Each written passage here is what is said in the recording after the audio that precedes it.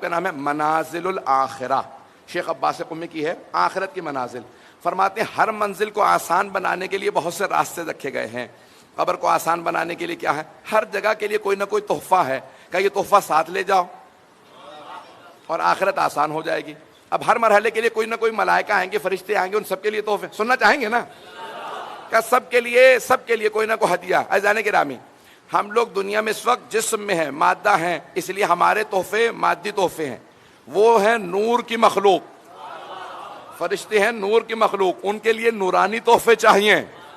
تو مولا نے فرمایا ہر مرحلے کے لیے ایک تحفہ ہے۔ کسی مرحلے کے اندر پانی پلانا تحفہ ہے، یعنی دنیا میں جو پانی پلانے والا ہوگا اس کی آخرت آسان ہوگی۔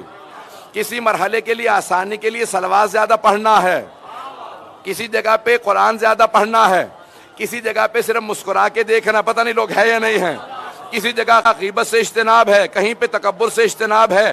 مولا قبر کے اندر سب سے آسان کام کرنے والا کون سا؟ مولا نے کہا جو زیارت عاشورہ پڑھے گا حسین اس کی شفاعت کریں گے۔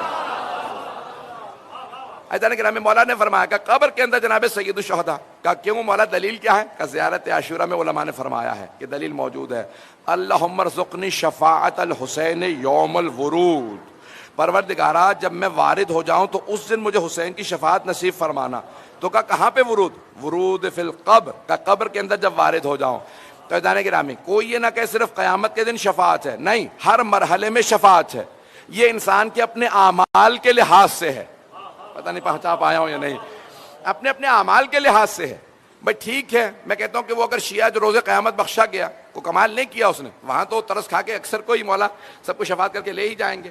یہ جو بیچ میں اتنے برزخ کے اندر مراحل آئیں گے، ان کے اندر سختیاں آئیں گی، انسان اس کے اندر بھی شفاعت ہو جائے۔ عزیزان گرامی، کثرت سے روایات موجود ہے، روز قیامت امام شفاعت کریں گے، لیکن بہت سے ایسے شیعہ ہوں گے کہ مولا اس کی قیامت کا بھی انتظار نہیں کریں گے، جیسے قبر میں جائے گا وہاں پہ کوئی نہ کوئی امام شفاعت کر دیں گے۔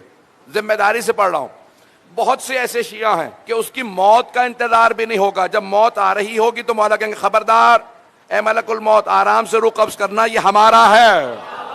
موت کے وقت بھی بہت سوں کی شفاعت ہو جائے گی۔ اب عزیزان گرامی، یہ ہمارا معیار ہے کہ ہم اپنے آپ کو کتنا دیندار بنا لیتے ہیں کہ ہمیں کس مرحلے میں شفاعت نصیب ہوتی ہے۔ پتہ نہیں بات پہنچی یا نہیں پہنچی ہے۔